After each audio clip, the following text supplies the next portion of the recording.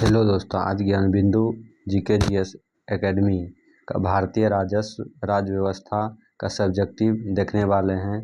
इसमें अभी जो आने वाले महत्वपूर्ण एग्जाम जो है उसमें यह वीडियो लाभप्रद होगा, इसलिए आप सब जीके जीएस एकेडमी इसका फर्स्ट चैप्टर है संविधान की ऐतिहासिक पृष्ठभूमि।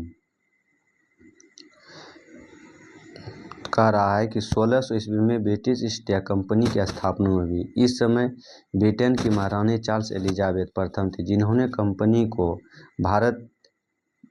भारत तथा पूर्वी एशियाई देशों के साथ व्यापार करने का एकाधिकार दिया। जिस समय भारत में ब्रिटिश कंपनी की स्थापना हुई, उस समय भारत में मुगल साम्राज्य का शासन था और शासक अकबर था, जहां जहांगीर के शासनकाल से व्यापार करना प्रारंभ किया गया। अंग्रेज तथा मुगलों के बीच संघर्ष लड़ाई औरंगजेब के शासनकाल से प्रारंभ हुआ। औरंगजेब का निधन 1707 ईस्वी में हो गया तथा इसके बाद कोई योगी मुगल बादशाह नहीं हुआ। 1757 ईस्वी में हुए प्लासी के युद्ध के फलस्वरूप ब्रिटिश कंपनी ने भारत में ईस्ट इंडिया कंपनी की सत्ता स्थापित की। यह युद्ध बंगाल के नवाब सिराजुद्दौला और रॉबर्ट क्लाइव के बीच हुआ। इस युद्ध में अंग्रेजों की जीत हुई। 1764 ईस्वी में बक्सर का युद्ध हुआ। इस युद्ध में एक तरफ भारत की संयुक्त सेना, अवध के नवाब सिराजुद्दौला, मुगल बादशाह शाह आलम द्वितीय तथा बंगाल के अवधक नवाब मीर कासिम था तथा यहीं दूसरी ओर ब्रिटिश ईस्ट इंडिया कंपनी शामिल था। कंपनी के तरफ से नेतृत्व हेक्टर मुनरो कर रहा था। इस युद्ध में ब्रिटिश कंपनी की जीत हुई।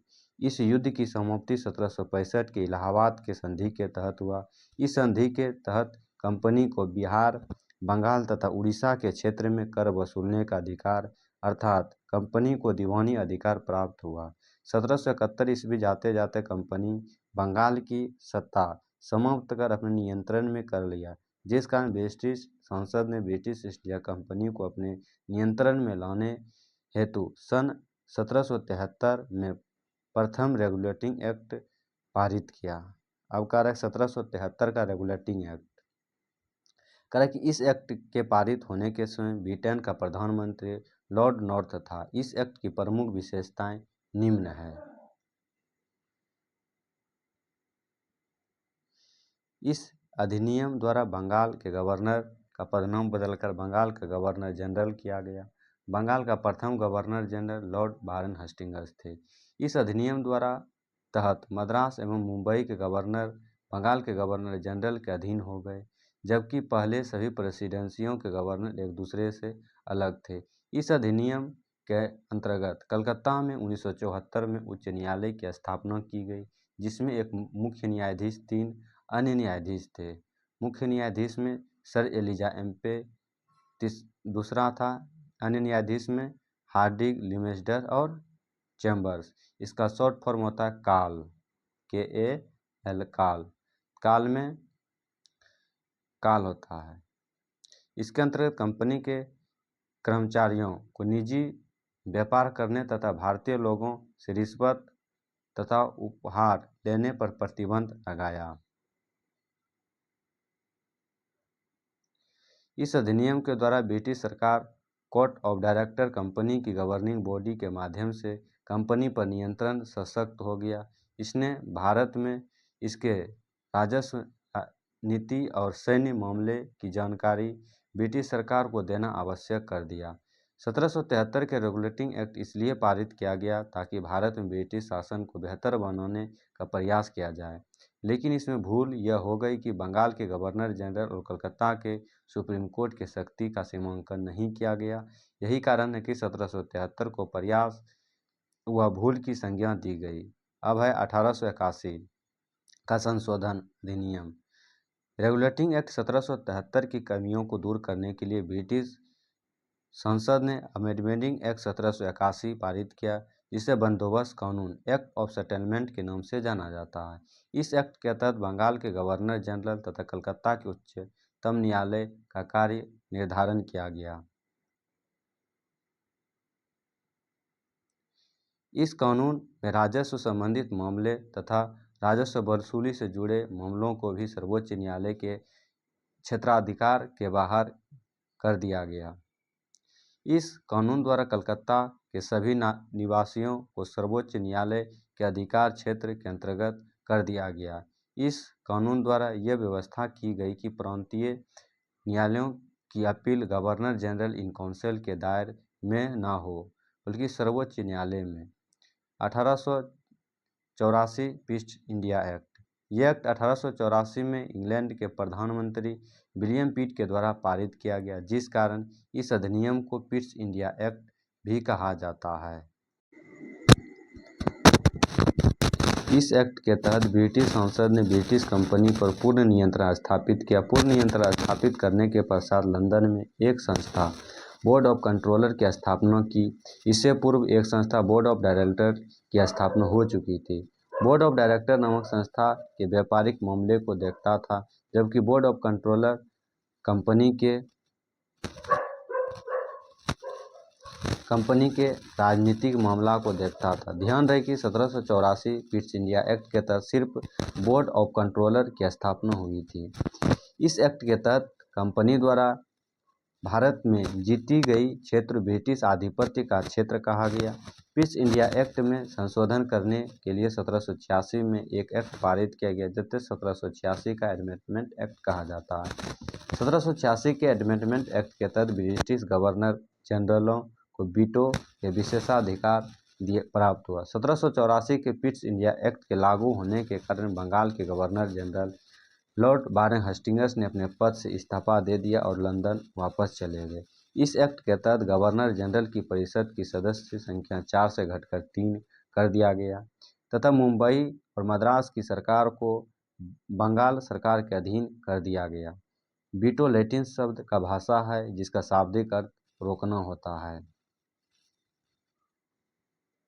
1793 का चार्टर एक्ट। इस एक्ट की प्रमुख विशेषता निम्न है। इस एक्ट के तहत पहली बार भारत में ब्रिटिश ईस्ट इंडिया कंपनी के व्यापारिक एकाधिकार पर नियंत्रण करने का प्रयास किया गया, क्योंकि इस एक्ट में यह कहा गया कि अगले 20 वर्षों तक कंपनी को भारत में व्यापार करने का अधिकार रहेगा। इसने कमांडर इन चीफ के गवर्नर जनरल काउंसिल के सदस्य होने की अनिवार्यता समाप्त कर दी, बशर्ते कि उसे उसी रूप में नियुक्त किया गया हो।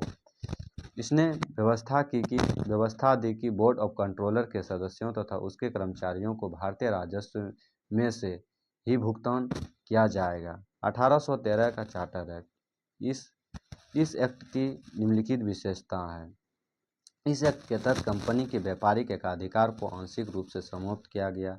इस एक्ट के पारित होने के बाद भी कंपनी को भारत में चाय व्यापार करने का एकाधिकार प्राप्त था तथा एशियाई देश चीन के साथ पूर्णतः एकाधिकार व्यापार करने का एकाधिकार था। इस एक्ट के तहत भारत का दरवाजा व्यापार करने के लिए पूर्णतः खोल दिया गया। इस एक्ट में यह प्रावधान किया गया कि भारतीय लोगों के लिए प्रतिवर्ष शिक्षा पर 1 लाख रुपया खर्च किया जाएगा। इस एक्ट में ईसाई मिशनरियों को भारत में ईसाई धर्म का प्रचार प्रसार करने की छूट मिली। भारत में ब्रिटिश ईस्ट इंडिया कंपनी को व्यापार करने का अधिकार 1600 ईस्वी में दिया गया, लेकिन इससे पूर्व 1593 में ब्रिटिश कंपनी लिवेंट को स्थल मार्ग से व्यापार करने का अधिकार प्राप्त थी। 1833 का चार्टर एक्ट। इस एक्ट के प्रमुख विशेषता निम्न है। इस एक्ट के तहत कंपनी के व्यापारिक एकाधिकार को पूर्णतः समाप्त किया। इसके तहत कंपनी को भारत में पूर्णतः प्रशासनिक कंपनी बना दिया गया।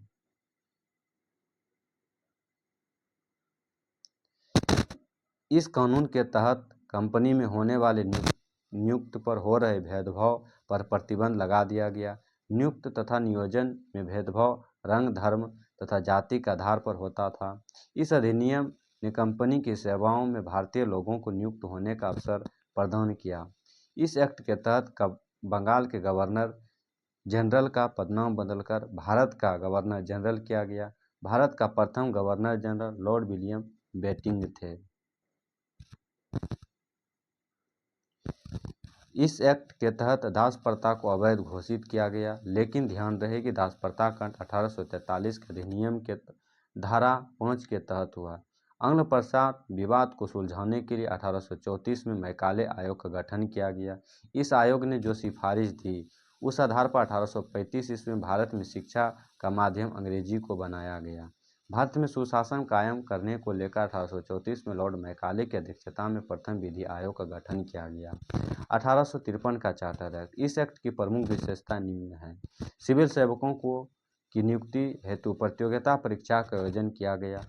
विधान परिषद की स्थापना या गठन की चर्चा की गई। इसमें कहा गया कि जब तक ब्रिटेन की महारानी की इच्छा होगी तब तक भारत में ब्रिटिश ईस्ट इंडिया कंपनी का शासन रहेगा।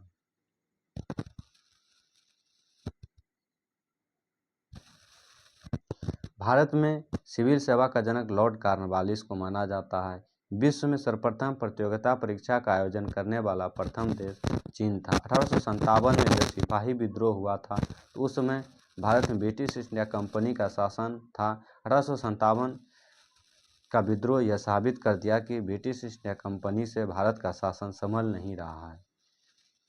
1858 का भारत परिषद अधिनियम। इस अधिनियम को भारत के शासन को बेहतर बनाने वाला अधिनियम कहा जाता है। इस अधिनियम की प्रमुख विशेषता निम्न है। भारत के शासन को ब्रिटिश कंपनी के हाथों से लेकर ब्रिटिश क्राउन या संसद को सौंप दिया गया। भारत के गवर्नर जनरल का पदनाम बदलकर भारत का वायसराय किया गया। प्रथम वायसराय लॉर्ड कैनिंग बने। इस अधिनियम के तहत मुगल सत्ता या मुगल बादशाह को समाप्त कर दिया गया। मुगल सत्ता की स्थापना पानीपत के प्रथम युद्ध 1526 से हुआ। इस अधिनियम के तहत बोर्ड ऑफ डायरेक्टर तथा बोर्ड ऑफ कंट्रोलर के पदों को समाप्त कर दिया गया। भारत का सचिव का पद लाया गया। इस अधिनियम के तहत भारत में शासन प्रशासन के उद्देश्य से 15 सदस्यीय भारत के लिए भारतीय परिषद नामक संगठन की स्थापना की गई। 1858 के भारत का प्रथम सचिव लॉर्ड स्टेनलो बने तथा आज़ादी के समय भारत सचिव के पद पर लॉर्ड लिस्टवेल बने। जिस प्रकार 1526 में पानीपत का प्रथम युद्ध ने भारत में मुगल सत्ता की स्थापना की, ठीक उसी प्रकार 1857 की क्रांति ने मुगल सत्ता का अंत किया। 1873 का अधिनियम। इस अधिनियम के तहत कहा गया कि ब्रिटिश ईस्ट इंडिया कंपनी को कभी भंग किया जा सकता है। इस अधिनियम के प्रावधान के तहत ब्रिटिश ईस्ट इंडिया कंपनी 1 जनवरी 1884 को भंग कर दिया गया। 1861 का भारत परिषद अधिनियम। इस अधिनियम की प्रमुख विशेषता निम्न है। वायसराय को अध्यादेश जारी करने का अधिकार दिया गया। इस अधिनियम के तहत सर दिनकर राव ने बनारस के राजा तथा पटियाला के महाराज को विधान परिषद में उन्नीत किया गया।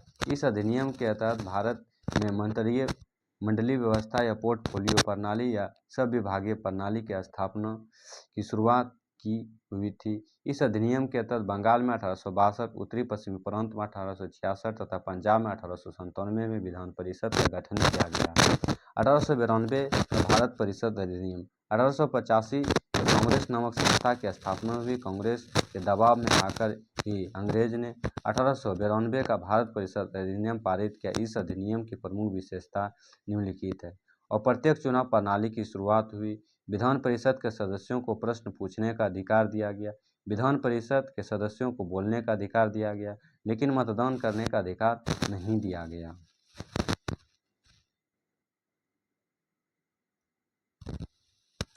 भारत में पहली बार बजट 1860 ईस्वी में जेम्स विल्सन के द्वारा प्रस्तुत किया गया।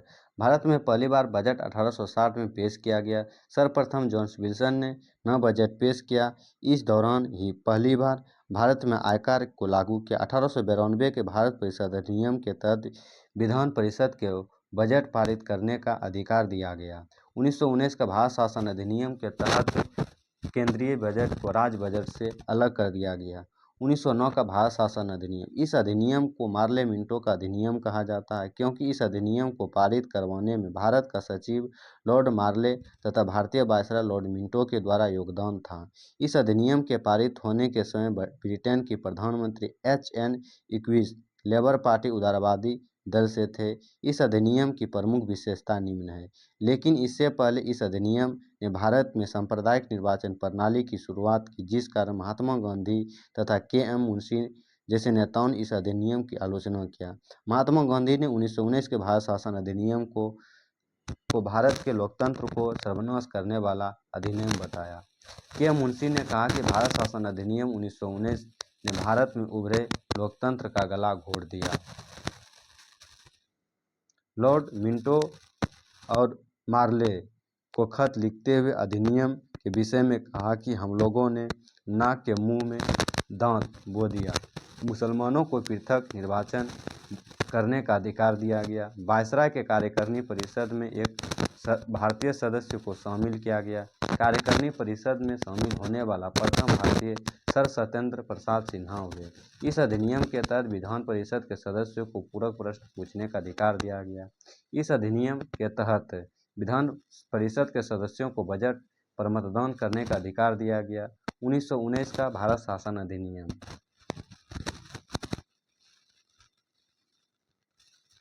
इस अधिनियम को भारत सचिव लॉर्ड मोंटेस्क्यू तथा भारतीय वायसराय लॉर्ड चेम्सफोर्ड ने मिलकर बनाया, जिस कारण इस अधिनियम को मोंटेस्क्यू चेम्सफोर्ड सुधार कहते हैं। यह एक प्रकार का संवैधानिक सुधार था। इस अधिनियम के पारित होने के समय ब्रिटेन का प्रधानमंत्री लॉर्ड जॉर्ज था। इस अधिनियम की प्रमुख विशेषता निम्न है। सिख, ईसाई और आंग्ल भारतीय समुदाय के लोगों को पृथक निर्वाचन का अधिकार दिया गया। महिलाओं को मतदान करने का अधिकार दिया गया। द्विसदनीय विधायिका का गठन किया गया। इसमें एक सदन राज्य परिषद तथा दूसरा सदन केंद्रीय विधानसभा हुआ। केंद्रीय बजट को राज्य बजट से अलग कर दिया गया। यह प्रावधान किया गया कि सिविल सेवकों की नियुक्ति हेतु प्रतियोगिता परीक्षा का आयोजन लंदन के साथ साथ भारत में भी होगा। प्रांतों में द्वैत शासन लागू किया गया और प्रत्यक्ष निर्वाचन पद्धति की शुरुआत की गई। प्रांतों में द्वैत शासन के जनक लियोनस कार्टस को माना जाता है। बंगाल में द्वैत शासन 1865 ईस्वी में रॉबर्ट क्लाइव ने लागू किया। वहीं द्वैत शासन को समर्थ वारन हेस्टिंग्स ने 1772 ईस्वी में किया। 1919 का भारत शासन अधिनियम 1921 में लागू हुआ। 1919 के भारत शासन अधिनियम से सही ढंग से लागू हुआ या नहीं, इसकी जांच करने को लेकर नवंबर 1927 में सर साइमन की अध्यक्षता में एक 7 सदस्यीय आयोग का गठित किया गया, जिसे साइमन कमीशन आयोग कहा गया। साइमन कमीशन आयोग का भारत आगमन 1928 में हुआ। यह आयोग अपना रिपोर्ट 1930 में ईस्वी में दिया। इस आयोग के रिपोर्ट पर विचार विमर्श करने को लेकर 3 गोलमेज सम्मेलन हुए, जिसमें पहला 1930, दूसरा 1931 और तीसरा 1932 में हुआ। इस गोलमेज सम्मेलन के परिणाम स्वरूप 1935 का भारत शासन अधिनियम बनकर तैयार हुआ। 1919 के भारत शासन अधिनियम के तहत लोक लेखा समिति का गठन किया गया। इस अधिनियम के तहत लोक सेवा आयोग का गठन 1926 में हुआ। 1935 का भारत शासन अधिनियम, यह काफ़ी इम्पोर्टेंट है। इस साइमन कमीशन का रिपोर्ट 1930 के आधार पर भारत शासन अधिनियम 1935 बनकर तैयार हुआ। ब्रिटिश सरकार द्वारा पारित यह सबसे बड़ा अधिनियम था। इस अधिनियम में प्रावधान यह प्रस्तावना का अभाव था। यह अधिनियम सबसे ज़्यादा महत्वपूर्ण था क्योंकि भारत का संविधान अधिकतर प्रावधान इसी एक्ट के तहत लिए गए। भारत के संविधान को 1935 का अधिनियम का कार्बन कॉपी भी कहते हैं। इस अधिनियम के पारित होने के समय भारतीय वायसराय लॉर्ड वेलिंगटन थे, तो ब्रिटेन का प्रधानमंत्री स्टैनली ब्रैडमैन थे। इस अधिनियम की आलोचना करते हुए पंडित जवाहरलाल नेहरू ने गुलामी का दास्ता का अधिकार पत्र कहा। इसे इस निम्नलिखित विशेषता है। ब्रिटिश प्रांत तथा देशी रियासत को मिलाकर अखिल भारतीय संघ का निर्माण किया जाएगा। प्रांतों में विधानसभा चुनाव करवाए जाएंगे। इसी एक्ट के तहत भारत में पहली बार प्रांतीय विधानसभा का चुनाव 1937 ईस्वी में हुआ। इस एक्ट के तहत दलित, महिला, मजदूर इत्यादि को पृथक निर्वाचन का अधिकार दिया गया। इस एक्ट के तहत भारत को बर्मा से अलग किया गया और बर्मा 1836 में भारत से अलग हुआ। इस अधिनियम के तहत प्रांतों में द्वैत शासन को समाप्त कर दिया गया। इस अधिनियम के तहत केंद्र में द्वैध शासन लागू किया गया। इस अधिनियम के तहत प्रमुख विशेषता प्रांतीय स्वायत्तता था। ब्रिटिश प्रांत और देशी रियासत को मिलाकर भारतीय संघ का निर्माण किया जाएगा का प्रावधान किया गया, लेकिन देशी रियासत को यह अधिकार दिया गया कि भारतीय संघ में शामिल होना चाहते हैं तो वो शामिल हो जाए और शामिल नहीं होना चाहते हैं तो वो शामिल नहीं हो। देशी रियासत भारतीय संघ में शामिल होने से इनकार कर दिया, जिस कारण भारतीय संघ अस्तित्व में नहीं आ सका। इस अधिनियम के तहत संघ सूची, राज्य सूची और समवर्ती सूची का प्रावधान किया गया। संघ सूची में कुल 59 विषय, राज्य सूची में कुल 54 विषय और समवर्ती सूची में कुल 36 विषय में के प्रावधान किए गए। इस अधिनियम के तहत विशिष्ट विषय पर कानून बनाने का अधिकार वायसराय को दिया गया। मुद्रा और साख पर नियंत्रण स्थापित करने को लेकर आरबीआई के गठन का प्रावधान किया गया। 11 प्रांतों में से 6 प्रांतों ने द्विसदनीय विधायिका का गठन किया गया, जो निम्न है: बंगाल, बिहार, बम्बई, मद्रास, असम तथा संयुक्त प्रांत। इस अधिनियम के तहत 1937 ईस्वी में संघीय न्यायालय का गठन किया गया। इस अधिनियम के तहत मताधिकार की शक्ति में इजाफा किया गया। लगभग 10% लोगों का मताधिकार का विस्तार किया गया। कांग्रेस ने 1936 के लखनऊ अधिवेशन, जिसकी अध्यक्षता जवाहरलाल नेहरू ने 1935 के भारत शासन अधिनियम को स्वीकार कर दिया। भारतीय स्वतंत्रता अधिनियम 1937। माउंटबेटन योजना 3 जून 1937 को स्वीकृति प्रदान करने के उद्देश्य से 4 जुलाई 1947 को ब्रिटिश संसद में भारतीय स्वतंत्रता अधिनियम 1947 लाया। इस अधिनियम को ब्रिटिश संसद ने 18 जुलाई 1947 को पारित किया। इस एक्ट के तहत 15 अगस्त 1947 को भारत आज़ाद हुआ और भारत का विभाजन तथा पाकिस्तान का निर्माण हुआ। जवाहरलाल नेहरू के समक्ष बल्कन प्लान तथा इमास प्लान माउंटबेटन ने रखा। इसे जवाहरलाल नेहरू ने अस्वीकार कर दिया। इस प्लान का संबंध भारतीय स्वतंत्रता अधिनियम 1947 से था। 1947 का अधिनियम पारित होने के समय अर्थात आज़ादी के समय ब्रिटेन के प्रधानमंत्री क्लीमेंट एटली थे। भारत का विभाजन माउंटबेटन योजना के आधार पर हुआ। साइमन कमीशन आयोग का गठन होने के समय ब्रिटेन के कंजर्वेटिव पार्टी की सरकार थी और उस समय प्रधानमंत्री स्टैनले ब्रैडमैन थे। भारत में अप्रत्यक्ष चुनाव 1892 के अधिनियम के तहत प्रारंभ हुआ, तो वहीं प्रत्यक्ष चुनाव 1919 के अधिनियम के तहत आरंभ हुआ। अंतरिम सरकार 1946।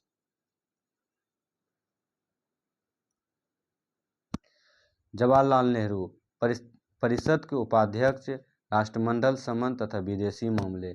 सरदार वल्लभ भाई पटेल, गृह, सूचना एवं प्रसारण मंत्रालय। डॉक्टर राजेंद्र प्रसाद, खाद्य एवं कृषि। जॉन मथाई, उद्योग एवं नागरिक आपूर्ति। जगजीवन राम, श्रम। सरदार बलदेव सिंह, रक्षा। CH भाभा, कार्य, खनन एवं ऊर्जा। अली लियाकत अली खान, वित्त। अब्दुल रब नासिर, डाक एवं वायु। आसफ अली, रेलवे एवं परिवहन। C गोपालचारी, शिक्षा एवं कला। आई चंदुगिरी, वाणिज्यिक। गजनफर अली खान, स्वास्थ्य। जोगेंद्र नाथ मंडल, विविध। अंतरिम सरकार के सदस्य वायसराय के कार्यकारिणी परिषद के सदस्य थे। वायसराय परिषद का प्रमुख बना रहता है, लेकिन जवाहरलाल नेहरू को परिषद के उपाध्यक्ष बनाया गया। स्वतंत्र भारत के पहला मंत्रिपरिषद 1947 था। सबसे पहले जवाहरलाल नेहरू के प्रधानमंत्री, राष्ट्रमंडल तथा विदेशी मामले, वैज्ञानिक शोध थे। सरदार वल्लभ भाई पटेल गृह, सूचना एवं प्रसारण, राज्यों के मामले में थे। डॉक्टर राजेंद्र प्रसाद खाद्य एवं कृषि थे। मौलाना अब्दुल कलाम आज़ाद शिक्षा से थे। डॉक्टर जॉन मैथाई रेलवे एवं परिवहन। R.K. सोमसन शेड्डी वित्त विभाग में थे। Doctor B.R. अम्बेडकर थे, विविध मंत्रालय में थे। जगजीवन राम श्रम में थे। सरदार बलदेव सिंह रक्षा में थे। राजकुमारी अमृता कौर स्वास्थ्य से थे। C.H. भाभा वाणिज्यिक विभाग। रफ़ी अहमद कदवाई संचार विभाग। श्याम प्रसाद मुंशी उद्योग एवं आपूर्ति।